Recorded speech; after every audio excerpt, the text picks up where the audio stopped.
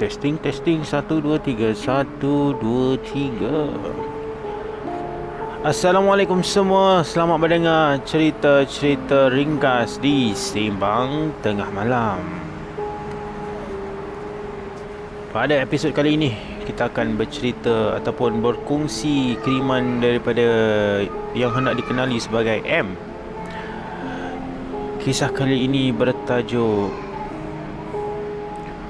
Sumpahan di Toa Payoh.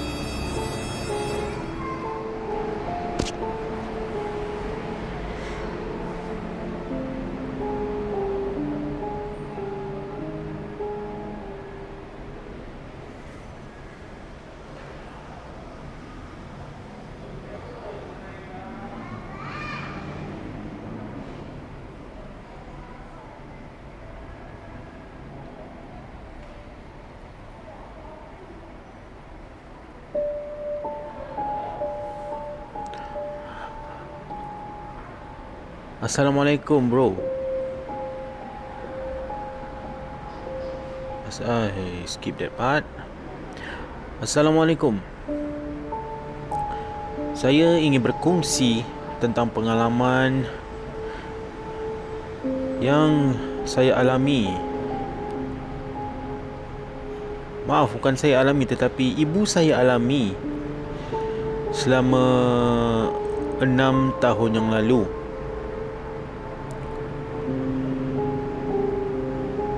Dia telah jatuh sakit yang amat teruk sekali, iaitu sakit kepala, mabuk dan kerap muntah-muntah. Yang peliknya, ibu saya adalah seseorang yang sukar untuk ibu saya adalah sukar untuk jatuh sakit. Bila ibu saya sakit kali ini, membuat keluarga saya amat risau. Kami bawa ibu kami ke hospital untuk menjalani ujian. Pada malam itu, ketika result test sudah keluar, doktor memanggil kami. Tetapi doktor memberitahu kami sekeluarga yang dia tak dapat jumpa penyakit apa yang membuat ibu kami sakit.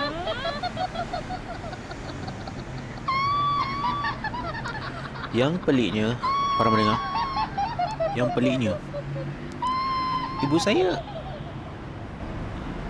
berasa macam biasa ketika berada di dalam hospital. Tak sakit, tak muntah-muntah, tak mabuk. Itu yang kami sekeluarga pelik. Tetapi dia tetap dimasukkan dalam ward observation.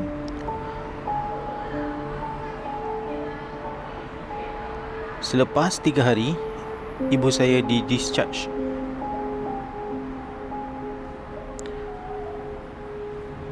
Bila kami sekeluarga mengambil ibu di hospital, yang peliknya, ketika kakinya melangkah keluar daripada hospital, tiba-tiba penyakit yang lama itu datang balik.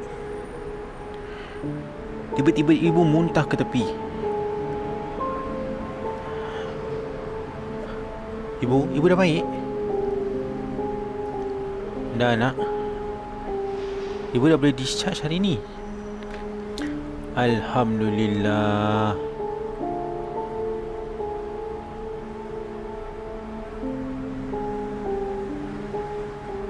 Ketika berada di luar hospital, tiba-tiba ibu mula mabuk dan dia termuntah. Tetapi muntah yang ibu saya keluarkan itu amat pelik. Seperti biasa, kalau orang yang muntah, dia akan muntah kembali makanan yang telah dimakan. Tetapi cecair yang ibu saya muntahkan berwarna hitam. Hati saya mula rasa tidak tenang dan berasa agak pelik. Jadi saya dan ayah saya bergegas pulang membawa ibu kami dengan menaiki teksi. Dalam perjalanan pulang, kondisi ibu saya menjadi teruk. Dia mula mengalami peluh dan sering merasa takut di dalam kereta.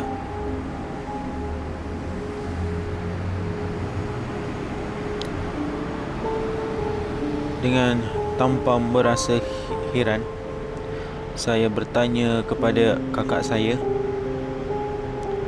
bagaimana kondisi mak beberapa hari yang lalu, sebab adik perempuan saya yang selalu menjenguk mak.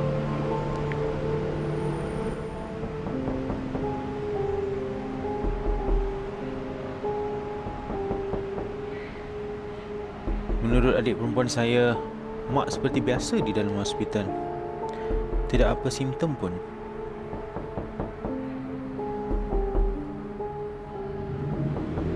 Bila sampai ke rumah,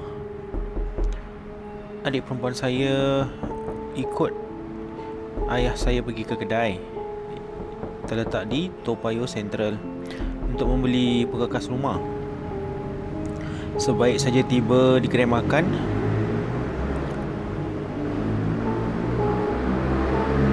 seorang nenek tua yang bertongkat menuju ke arah ibu saya dan bertanya kepada ibu saya, ada tak duit ekstra ataupun ingin tak menderma.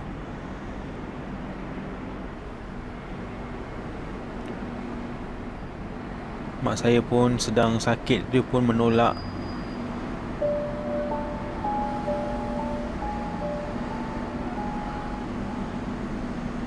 Yang peliknya, mak saya memberitahu kepada makcik tersebut, nenek tersebut, yang dia tidak membawa wang ketika itu kerana baru saja keluar dari hospital. Yang peliknya, mak saya tidak pernah menolak kalau orang-orang yang datang untuk meminta sedekah. Dia akan memberi duit sedikit.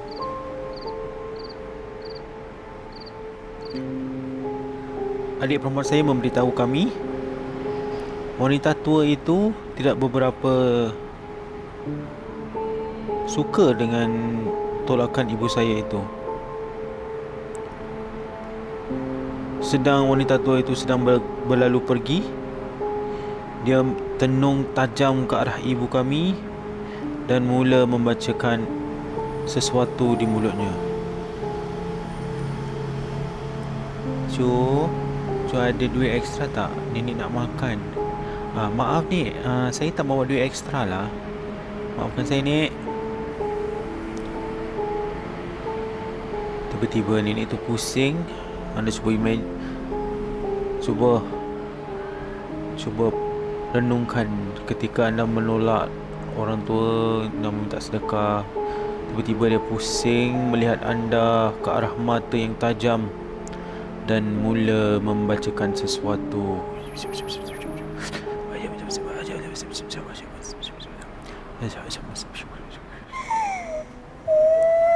Berdiri di rumah saya, para pendengar, bila adik perempuan saya memberitahu kami tentang kejadian itu.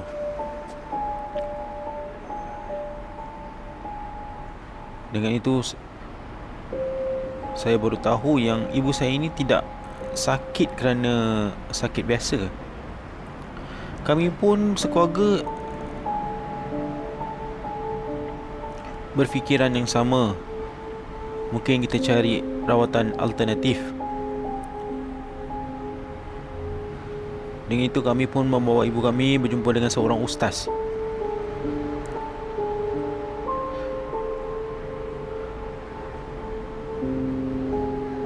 Yang sebuah ustaz yang selalu kami berjumpa di masjid. Ustaz tu pun kita pun memberitahu ustaz tentang kondisi mak kami, dan dia pun bersetuju untuk menolong kami di rumah.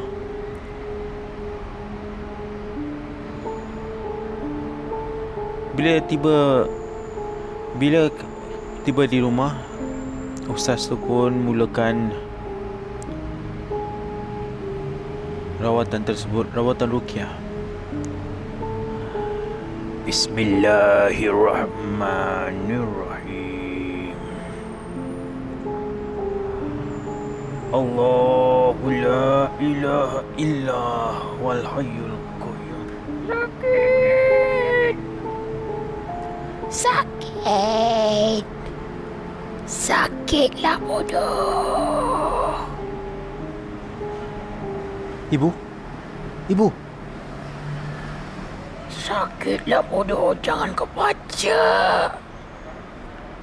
Ibu saya menjerit sekuat-kuat hatinya ketika proses ruqyah.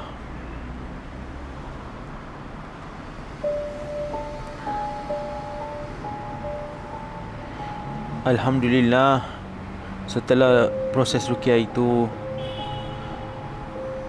tamat, tetapi pemulihannya hanya beberapa hari saja.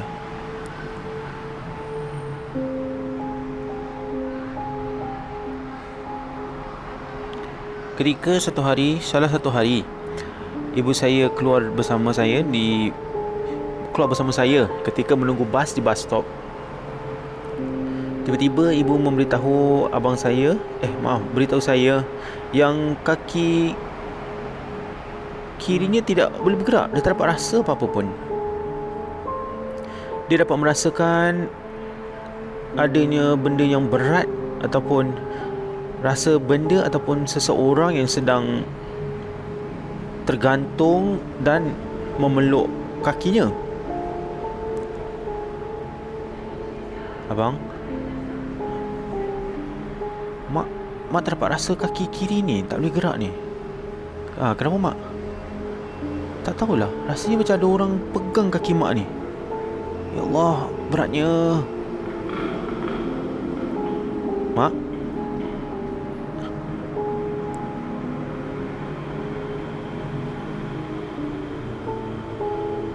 Saya pun mula bantu untuk Mak berjalan pulang ke rumah, kerana sukar untuk mak saya untuk berjalan pulang. Dalam perjalanan pulang, dia bermula penyakit sakit kepala kembali, bermula muntah-muntah dan mabuk. Dan kali ini malamnya dia mempunyai mimpi yang ngeri tentang nenek tua itu. Jadi saya duduk bersama ibu saya dan menyuruhnya, mari kita sama-sama membaca ayatul kursi, yang mana kita membaca bersama.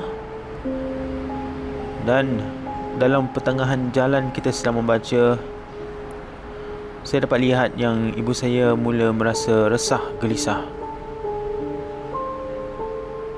Mak ikut abang, kita baca ayat kursi sama-sama. Bismillahirrahmanirrahim. Allahu la ilaha illa huwal hayyul qayyum. Cukup, jangan baca lagi. Aku tak nak baca lagi. Panas. Aku rasa panas. Saya terkejut dengan tingkah laku Mak. Dengan itu, dengan raut wajah Mak yang sangat mengerikan,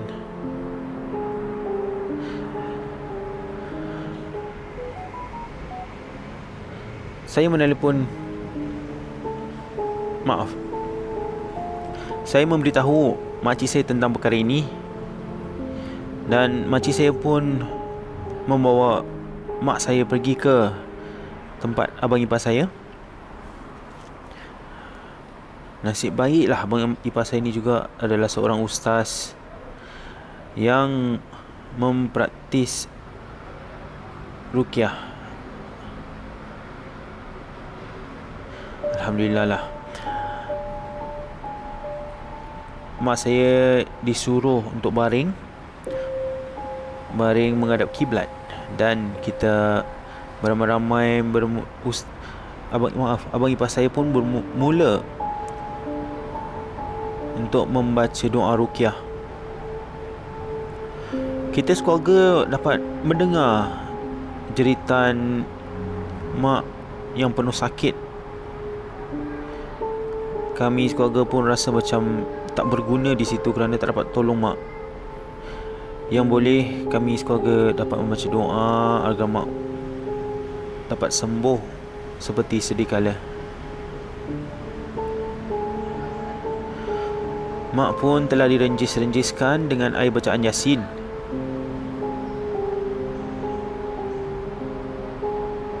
Yang telah dibaca oleh abang ipar saya.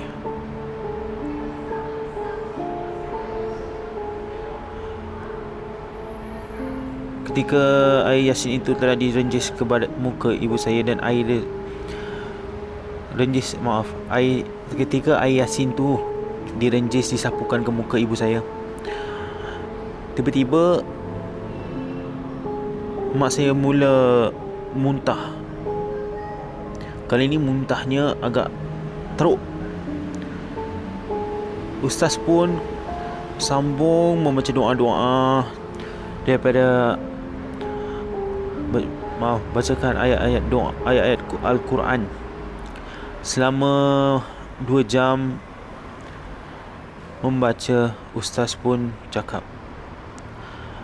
Alhamdulillah, berakhirlah semuanya.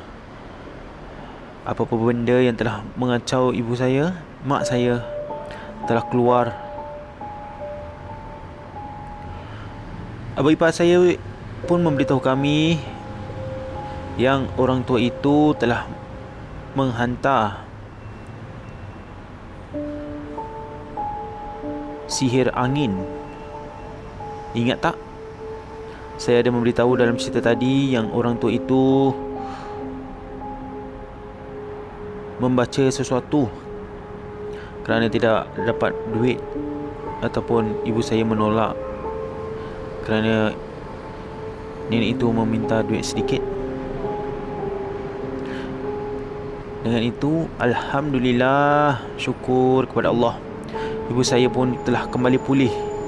Semenjak hari itu, ibu saya kalau kita berjalan, dia tidak akan menolak sebarang orang yang ingin meminta sedekah. Dengan kejadian itu, seluruh keluarga kami pun merasa takut. Tapi saya tidak pasti kalau orang tua itu masih ada lagi. Para pendengar berjaga-jaga kalau menampak terlihat nenek tua berbungkuk 3 menggunakan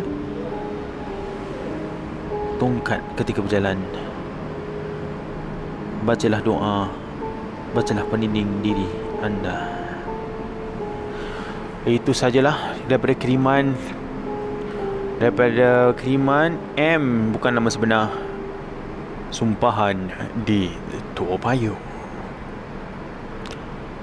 Okey, jika anda ada cerita-cerita seram dan ingin digambarkan, jangan malu, jangan segan email kepada Dark Arts of Syed Wilson. Dia akan melukis atau melakarkan cerita anda ataupun penampakan anda.